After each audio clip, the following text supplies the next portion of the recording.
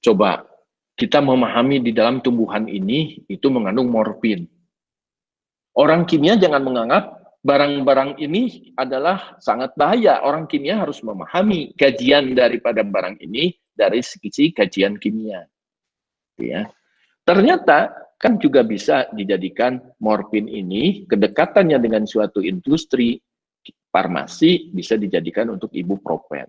Jadi kedekatan akan kita belajar kimia bahan alam, mendapatkan struktur kimia, jika kandungan dari senyawa tersebut didapatkan sangat sedikit karena dari alam, kita bisa lanjutkan dengan aktivitas sintesis kimia.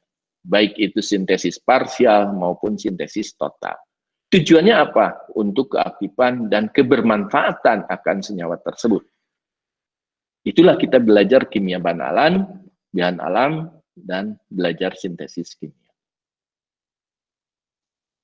Nah, kalau mau belajar kita utuh, ya, kebermanfaatan akan suatu senyawa kimia dari alam, ya, kita mengeksplorasi gitu ya, kandungan-kandungan senyawa kimia dari suatu ya keberadaan ya kandungan di kita ya, maka kita tidak akan bisa berdiri sendiri.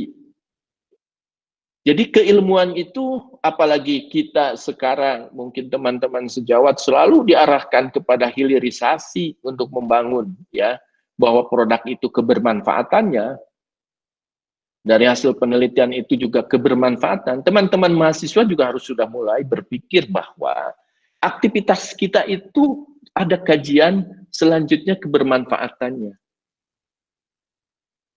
Belajar kimia bahan alam dan sintesis, kita ada kedekatan belajar dengan kedokteran, ada kedekatan belajar dengan farmasi dan juga dengan pertanian. Ketika kita punya produk yang untuk pengembangan obat dan misalkan kosmetik, berarti kita akan berinteraksi dengan teman-teman farmasi dalam kajiannya dengan ilmu kefarmasian, dan juga ujungnya adalah dengan teman-teman di kedokteran. Ketika kita menelusuri dari senyawa-senyawa kimia bahan alam itu aplikasinya nanti untuk kesehatan. Akan berinteraksi dengan teman-teman dari bidang itu. Ketika kita menelusuri kimia bahan alam itu aplikasinya nanti untuk bidang pertanian, tentu kita akan berinteraksi dengan teman-teman dari bidang pertanian, teknologi pertanian, dan yang lainnya yang berkaitan dengan aplikasi yang akan kita lakukan. Jadi belajar ilmu, ketika kita belajar kebermanfaatan, kita akan belajar bagaimana interaksi multidisiplin. Ketika kita juga ingin menjual produk tersebut, tentu kita akan berinteraksi dengan teman-teman dari bagian fakultas ekonomi atau sosial yang lain. Itulah bahwa belajar ilmu, ya, kita belajar kimia juga bisa berkolaborasi dengan bidang-bidang yang lain. Mulailah adik-adik dari sekarang kita juga bisa belajar berinteraksi dengan kegiatan soft skill yang lain. Itu bagian daripada interaksi yang nanti ketika kita punya pemahaman dan kita punya bagian untuk mengembangkan yang lain, kita sudah punya interaksi atau kolaborasi dari sisi itu.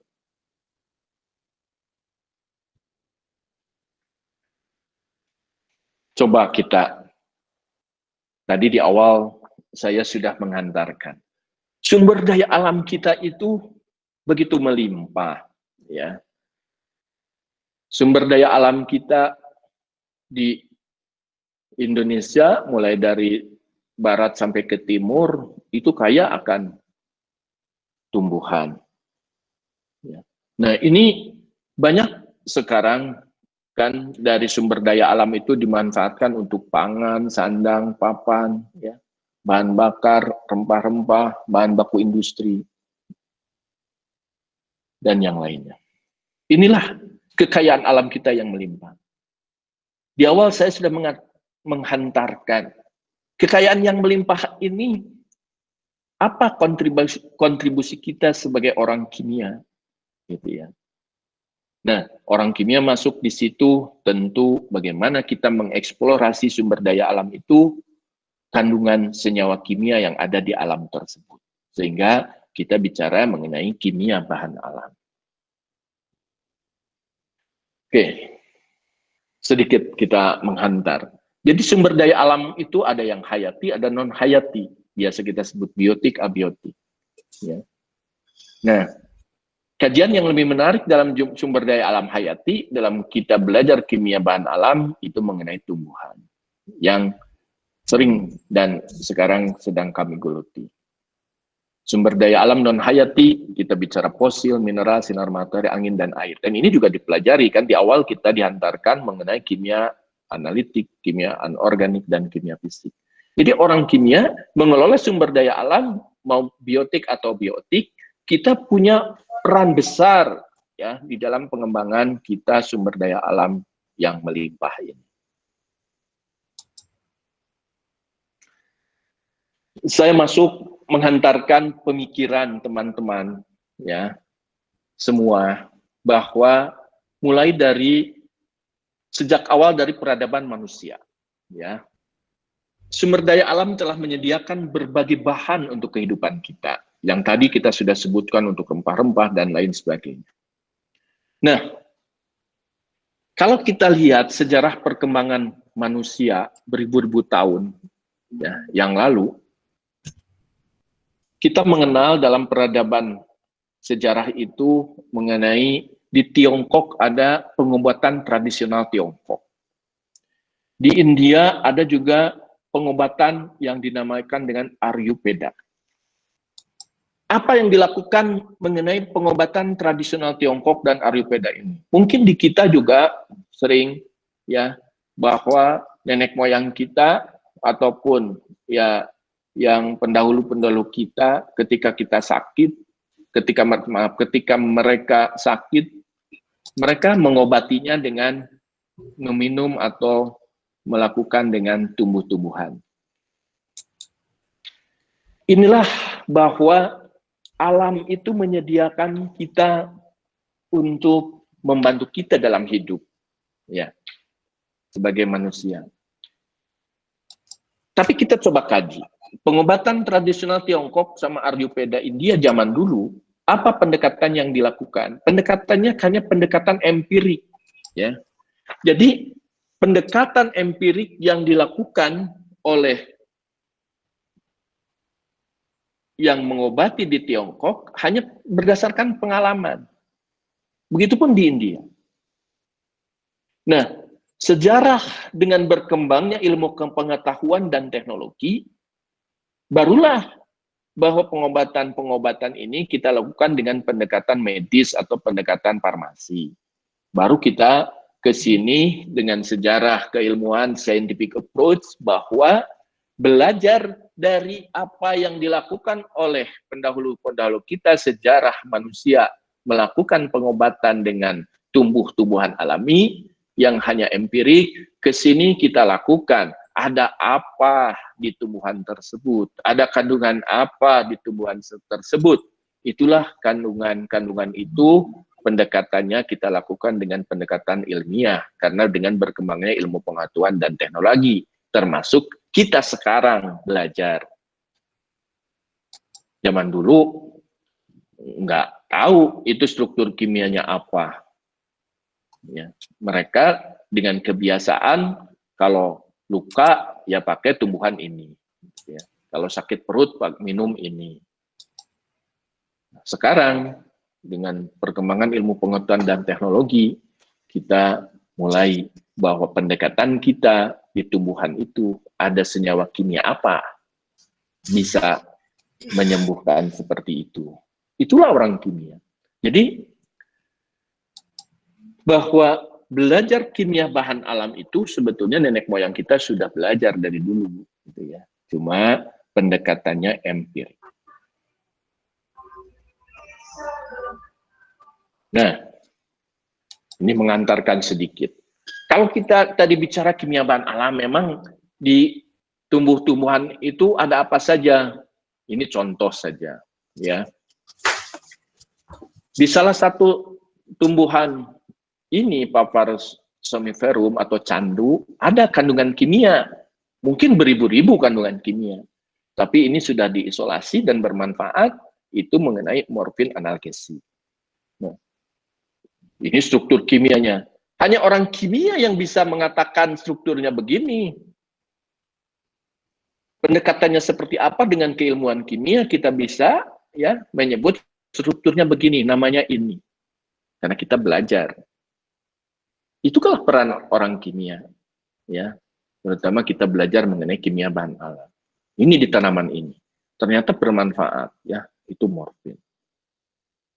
Coba lihat. Di tanaman ini, Cinchona pubescens, atau Cinchona merah, itu ada senyawa, ini alkaloid, quinine, dan quinidin. Ya, alkaloid antiperik dan anti malaria.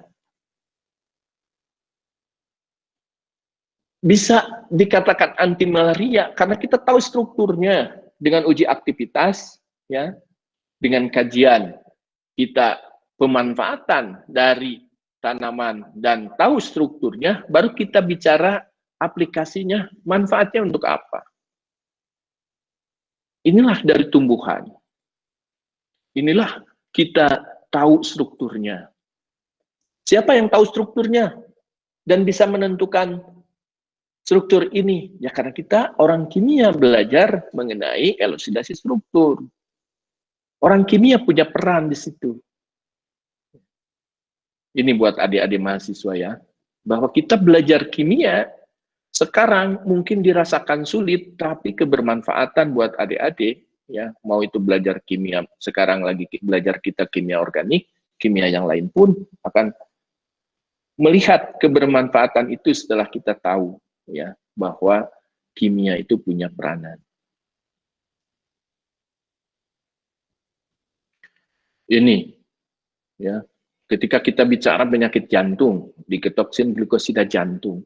Ini kalau kita tidak tahu strukturnya seperti ini, ya, dan bagaimana interaksinya untuk menghambat dari sisi ya penyakit di jantung, ya, kita tidak akan bisa. Karena belajar interaksi selanjutnya, itu ya, mekanisme reaksi itu harus bicara tahu dulu strukturnya. Peranan siapa? Kita bisa tahu strukturnya seperti itu. Karena peranan orang kimia. Ya. Itulah kita belajar kimia punya dampak, punya pengaruh ya terhadap apa yang akan terjadi dari senyawa tersebut. Mungkin adik-adik kesel kalau sekarang belajar kimia harus belajar pontang-panting bagaimana menentukan struktur dengan data spektroskopi yang ada. Ya itulah belajar. Proses belajar itu bagian daripada kita untuk terus kita menggali. Ya. Nah, ini juga di dalam tumbuhan ini, ya tumbuhan namanya ilmiahnya Deris elliptica, itu ada senyawa yang kita sebut rotenon. Nah, apa aplikasi dari rotenon ini? Banyak digunakan sebagai biopestisida, ya, biosid alami dan racun ikan. Tapi di kolam ikan jangan diracunin oleh rotenon. Mati semua. Jadi inilah peran ya dari senyawa-senyawa kimia bahan alam untuk kehidupan kita. Ya. Ini di dalam tanaman, ini namanya Chrysanthemum xeropin. Ada suatu senyawa yang dinamakan dengan piretin. Ini, nah struktur-struktur senyawa ini kan kita kaji. Kenapa dia bisa aktif?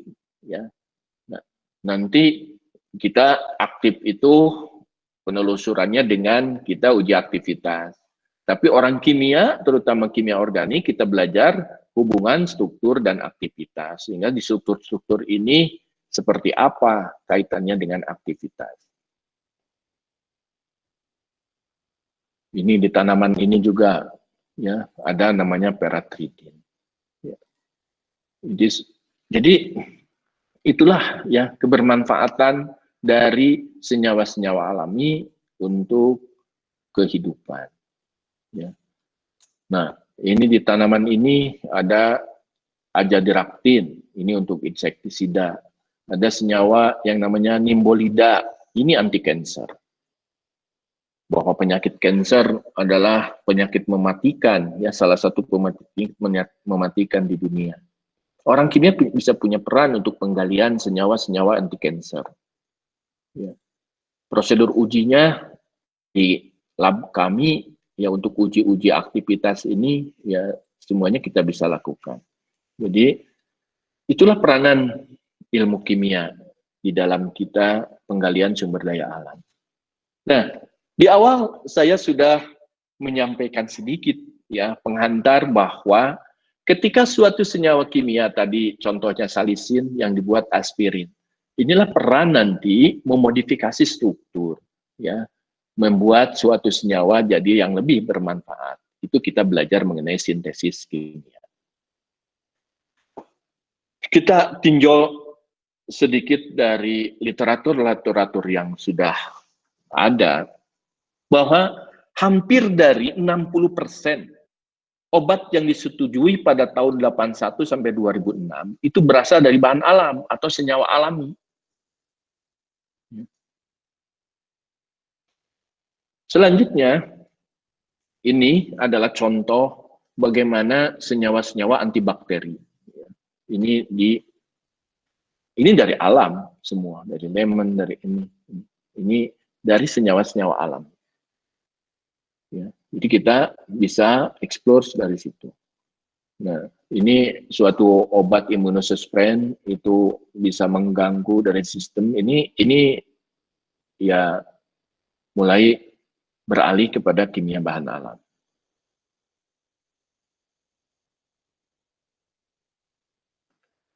Nah, boleh dikatakan peranan kimia bahan alam itu zaman keemasan baru penemuan obat-obatan alami. Ya. Jadi pada zaman itu, karena banyak menggunakan alam, ini orang berlomba-lomba untuk melakukan penelitian atau pengkajian dari produk-produk alami. Contoh misalkan, ini suatu senyawa paklitaksel. Ini dari alam. Nah, senyawa ini bisa menstabilkan polimerasi tubulin. Ini adalah senyawa anti kanker. Ini dari alam. Ya. Ini perkembangan ilmu pengetahuan. Orang bisa mengisolasi struktur ini, aktivitasnya diketahui ternyata bermanfaat di dalam kita mengatasi anti kanker. Ada juga ini rapamisin. Ya, senyawa ini bisa kita mengubah atau menstabilkan struktur dari mammalian target. Ini menarik terus dipelajari mengenai kimia bahan alam. Nah, coba adik-adik mahasiswa kita melihat ya menginspirasi kita orang-orang yang sudah berhasil peraih Nobel. Ya. Ini adalah ya para peneliti atau orang-orang yang berjasa di dalam mereka mengembangkan penisilin. Ini peraih Nobel dalam bidang fisiologi atau kedokteran tahun 45. Ada Sir Alexander Fleming, Sir Ernst Wittgenstein, dan Sir Howard Florey. Dia mengembangkan penisilin. Dari mana awalnya mengembangkan? Dia bisa jadi obat penisilin. Pada saat itu, kalau kita baca teorinya, kan lagi wabah flu ya orang. Sama seperti pandemi kita. Ya. Dulu juga ada pandemi, sekarang kita lagi pandemi COVID-19, semoga cepat berlalu. Nah, Sir Alex Fleming ini mengembangkan ya penelitian dalam cawan-cawannya tumbuh jamur, dari jamur itu ternyata bermanfaat sebagai antibiotik ya untuk bisa digunakan menyelesaikan wabah pada saat itu. Itu penisilin. Jadi dari sumber alam. Ya.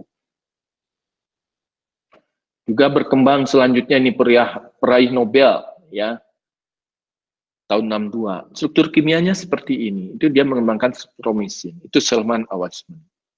Ini menginspirasi kita bahwa aktivitas yang terjadi itu harus kita pahami dulu dari struktur kimia. Tahu strukturnya, baru tahu kita bagaimana struktur itu bisa aktivitas.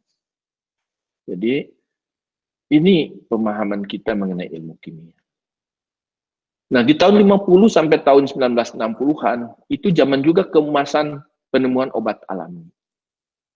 Coba, ya kalau adik-adik baca, ini peraih Nobel dalam bidang fisiologi atau kedokteran tahun 2015. Campbell S. Omura menemukan apermectin dan ivermectin. Ini juga bagian dari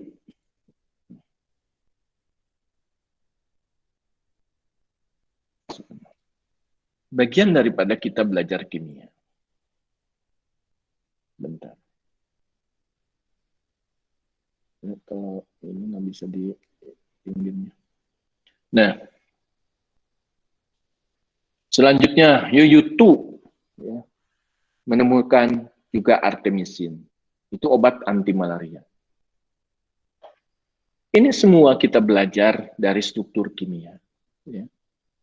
Obat-obat itu bisa bermanfaat. Nah, ketika kita menemukan ya struktur-struktur kimia tersebut pada era dengan perkembangan ilmu pengetahuan dan teknologi saat ini, ya, kita memasuki zaman baru emas penemuan obat produk alami, apa yang harus kita pahami lebih lanjut mengenai belajar kimia bahan alam? Kita harus belajar mengenai biologi, sintesis, jadi sintesis, biosintesis metabolit sekunder, tadi sudah kita bahas, dan juga bioinformatika. Ilmu pengetahuan berkembang dengan teknologi, kita belajar struktur kimia juga bisa dilihat dari kita software atau dari komputer. Sehingga kita mengenal struktur aktivitas itu bisa kita formulasi dari laptop atau dari komputer. Untuk apa? Untuk kita mendukung riset kita supaya lebih efektif dan efisien.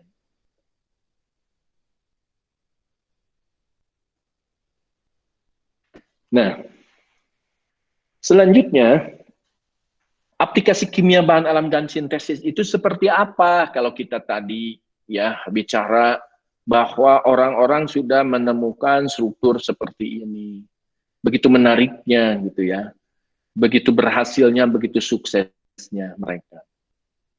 Coba kita kaji pemahaman kita sekarang masuk kepada bagaimana kita masuk di dalam kimia bahan alam tersebut. Saya ingin menghantarkan sedikit ya sebelum kita apa yang harus kita pelajari keilmuan itu. Ini grup riset kami di Departemen Kimia FIPA Unpad yang ditopang dengan adanya lab sentral ya, yang kita bisa semua fasilitas riset ada di situ ya. Dan juga kita kolaborasi dengan ya partner-partner akademik kita baik di luar maupun di dalam negeri. Kami mengembangkan ada apa ya struktur kimia atau zat kimia dari tanaman atau tumbuhan agraria. Ada struktur kimia apa, gitu ya? Ada kandungan senyawa kimia apa dari tumbuhan kelompok cisotan. Dan juga kami sudah mengembangkan sintesis konjugat suatu doxorubicin, yaitu suatu senyawa untuk kemoterapi. Bagaimana kita tingkatkan aktivitasnya dengan studi molekuler docking atau dengan komputasi. Ini kita sedang dan terus kita lakukan. Saya ingin mengantarkan sedikit ya ke situ untuk menarik mahasiswa bahwa tidak hanya orang lain tuh di luar bisa penelitian seperti itu, bisa bermanfaat seperti itu. Kita juga bisa. Gitu ya. Di Unpad, di Kimia Unpad bisa, di Kimia Unsud pun bisa. Wah, kita tidak bisa karena fasilitas kita tidak lengkap. Itulah gunanya kita kolaborasi. mahasiswa kalau mau penelitian di Kimia Unpad silahkan. Datang saja ke Unpad dengan pakai prosedur misalkan ya kerjasama penelitian dan lain sebagainya. Kami di Lab Sentra sering ya melakukan kolaborasi penelitian baik dengan mahasiswa maupun dengan dosen dari berbagai universitas di Indonesia. Selain juga kita kerjasama dengan partner kita atau kolaborasi ilmiah kita dengan luar. Ini contoh untuk mengantarkan teman-teman. Apakah kita bisa? Ya. Ini kelompok riset kami di kimia bahan alam dan sintesis. Misal, kita melakukan eksplorasi dari tumbuhan Aglaya. Aglaya itu genus terbesar dari famili Meliaceae. Itu sangat tersebar luas di India, Indonesia, Malaysia, dan sebagian wilayah Pasifik Barat. Di Indonesia ada tumbuhan ini. Nah, kita coba eksplorasi dengan kajian ya kelompok riset kami. Di dalam tanaman Aglaya ini, itu ada 6, ini pertama kita nemukan 6 triterpenoid tipe damaran. Ini ada 6 senyawa ini. Senyawa ini kita coba uji sitotoksiknya terhadap sel P388 murine leukemia. Mana yang lebih aktif? Ternyata senyawa ini lebih aktif ya, dari hasil uji hayati. Uji aktivitas. Ya. Nah, selanjutnya, kita juga menemukan 5 terpenoid lagi tipe damaran dari Aglaya ini. Setelah kita uji aktivitasnya dan IC15-nya, kita hitung, ternyata senyawa ini aktif. Kajian lebih lanjut kita lakukan, senyawa ini aktif, tentu kalau orang kimia harus bicara hubungan struktur dan aktivitas. Ada apa di senyawa ini lebih aktif daripada senyawa ini? Itu sudah kita lakukan. Sama seperti yang lain, kita bisa menentukan struktur, ya, strukturnya seperti ini. Nah, untuk memahami bahwa kita dikenal juga dan bahwa kita juga melakukan penelitian, penelitian itu ujungnya adalah dipublikasikan. Sehingga kita, kelompok penelitian kami, mempublikasikan hasil penelitian ini di Phytochemistry Letter. Ini sudah kita lakukan hasil penelitiannya, ini tahun 2017. Jadi, runtutan dari hasil penelitian yang kita lakukan, baik oleh mahasiswa S1, S2, maupun S3, kita bisa jadikan satu artikel ilmiah untuk publikasi, karena kita melakukannya dalam satu kegiatan kelompok riset. Ya. Jadi, riset group itu kita jalankan. Oke, maju ke tanaman atau famili Meliaceae mengenai Chisoseton. Ini lebih dari 50 spesies tanaman terdistribusi. Di kita juga ada. Jadi di Asia ini bentangannya itu sangat kaya akan tanaman untuk belajar mengenai kita kimia bahan alam. Nah, kalau kita kaji literatur ya di tanaman-tanaman Chisoseton, jadi Chisoseton itu mengandung limonoid. Itu bisa manfaatnya sebagai insektisida. Juga ada limonoid, ada meliacin, ada triterpenoid tipe damaran. Ya. Nah, ini manfaat-manfaatnya bisa sebagai insektisida, anti jamur, menghambat virus Escherichia. Ini literatur mengatakan seperti itu. Coba kita kaji di tanaman kita yang ada di Indonesia. Nah, ini kita lakukan penelitian senyawa limonoid baru dari kulit batang Chisoseton pentandrus. Ini tanamannya dari kulit batang ini, ya. Pertama kita dapat 4 senyawa limonoid. Limonoid itu kan triterpenoid, ya, yang kehilangan 4 atom karbon, yang menyebut cincimpuran. Nah, ini senyawa-senyawa ini paling aktif terhadap sel kanker payudara MCF7. Dari 4, 1, 2, 3, 4, ini paling aktif. Nanti kita kaji ke belakang hubungan struktur dan aktivitas. Ini kita uji. Berarti ada kebermanfaatan selama dari senyawa ini.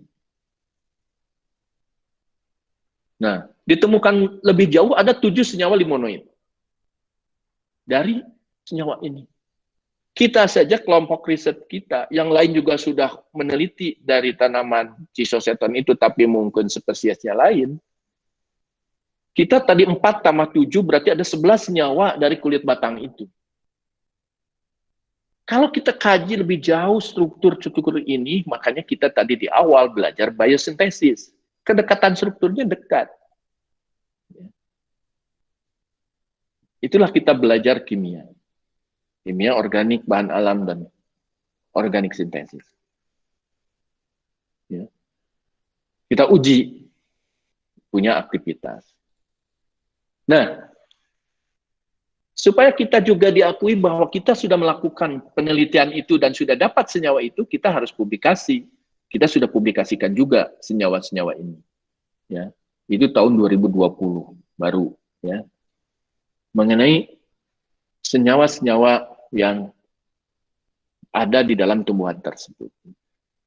Kita kalau lihat publikasi, kita adalah kelompok riset. Kami dari Kimia Unpad, kalau lihat dari sini, ya, ada Kimia Unpad, ya. Ini teman-teman semua, baik rekan sejawat maupun mahasiswa.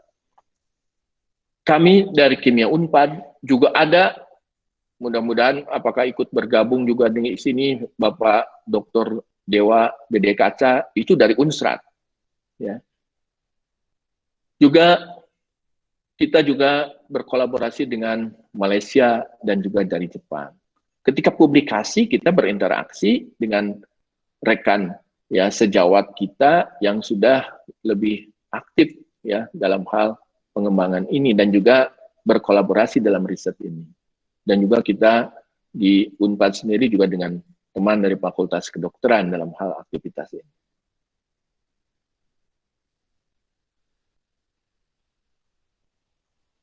Oke. Ini adalah ya metode dan cara eksplorasi senyawa bahan alam. Izin saya minum dulu ya.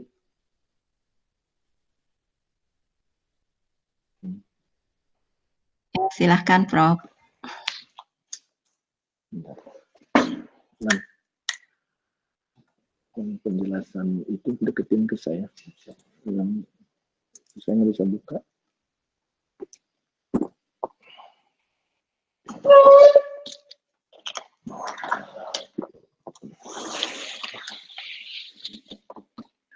Ya, baik.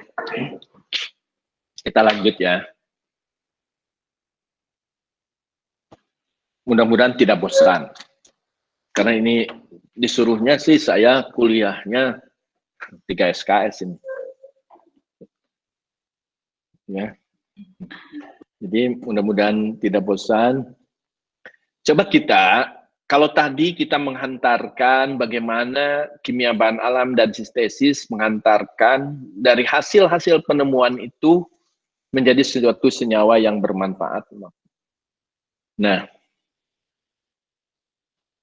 saya masuk sekarang kepada pemahaman kita yang harus kita siapkan keilmuan kita. Jadi, metode dan cara eksplorasi senyawa bahan alam, ketika kita punya sampel tumbuhan dari alam, maka kita harus mulai dengan ekstraksi dan fraksionasi. Ya. Nanti kita, apa itu ekstraksi, apa fraksionasi. Jadi, kita belajar dulu tadi pendahuluan.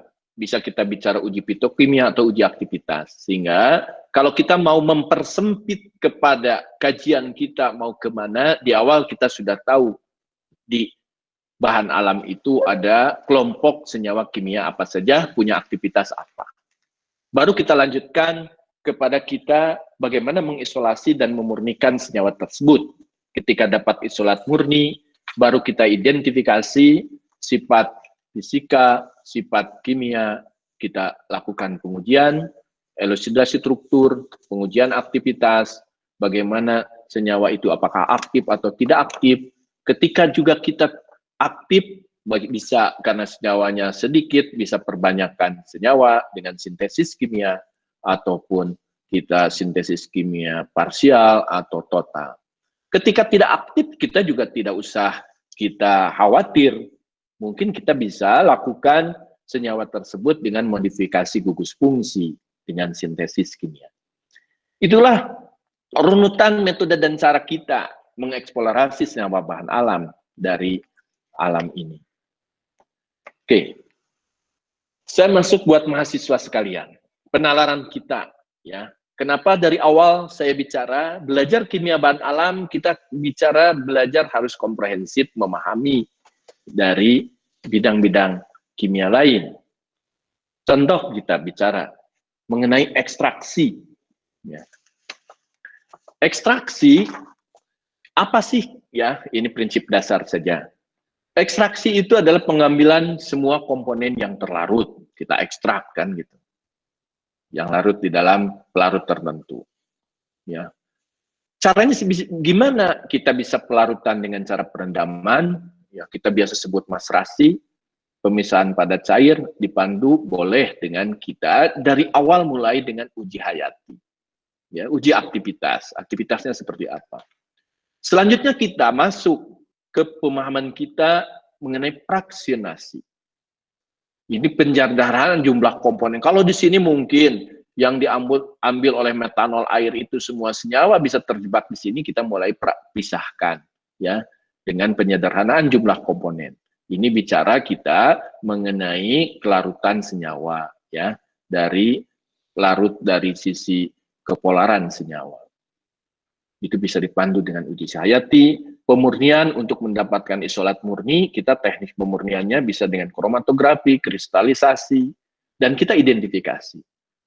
Kita terkarakterisasi senyawanya apa, ya? Kita identifikasi sifat kimia, sifat fisika, elusidasi struktur, dan kita bisa pandu dengan uji hayati.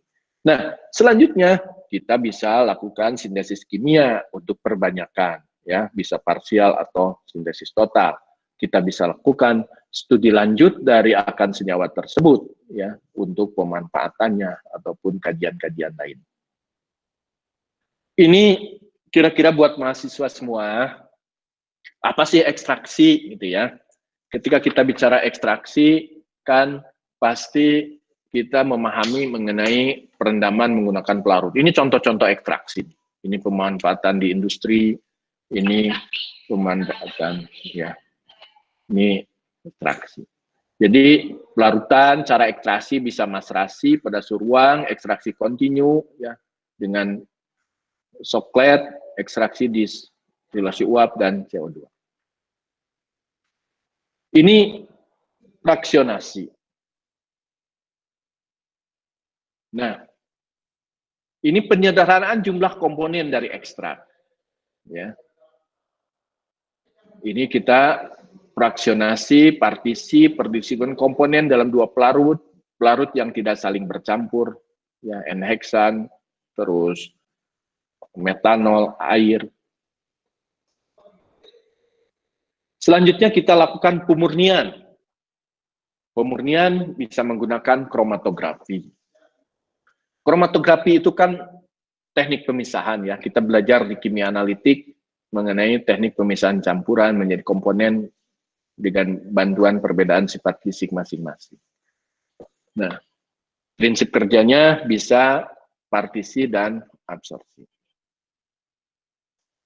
Berdasarkan jenisnya, kromatografi, lapis tipis, KLT, dan kromatografi kolom.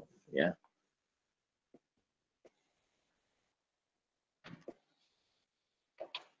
Nah, ini prinsip kerja kromatografi. Ya, mengingatkan buat mahasiswa. Ya, mahasiswa kita ada partisi. Ya. Jadi proses partisi tergantung dari daya larut solut dalam dua macam cairan. Ya. Peka terhadap perbedaan BM, absolut, dan yang lain. Ya. Nah, prinsip ada juga kromatografi ya. Ini kalau kita kromatografinya absorpsi itu peka terhadap bentuk stereometri, ya bentuk ruang dari zat terlarut yang dipisahkan. Ini jenis-jenis kromatografi Tapi ini yang sering kita gunakan. Kita harus mengenal kromatografi lapis tipis, ya. Ini kan ada fase diam, fase bergerak. Fasilitas-fasilitas ini biasa kita juga gunakan. Ini contoh ya, ketika kita mau kromatografi lapis tipis, jangan ditotolkan ke sini. Ini ada fase diam, ada fase gerak, larut, naik ke atas. Kita hitung ya noda-noda ini, kalau dia berwarna bisa kita ukur retention faktornya.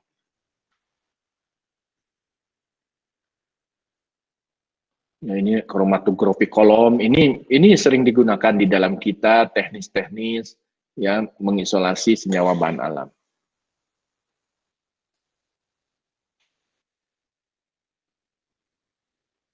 Ini kolom fase terbalik, jadi ada fase terbuka, fase terbalik ya. Ini kalau fase terbuka biasanya kita menggunakan silika gel ya untuk fase diamnya, fase bergeraknya suatu pelarut.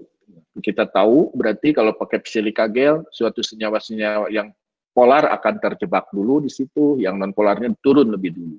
Kalau terbalik kebalikannya. Pemurniannya kita bisa lakukan kristalisasi ya. Jadi kristalisasi kan salah satu teknik pemisahan campuran dari komponen-komponen lain, penyusunan yang tidak mengkristal.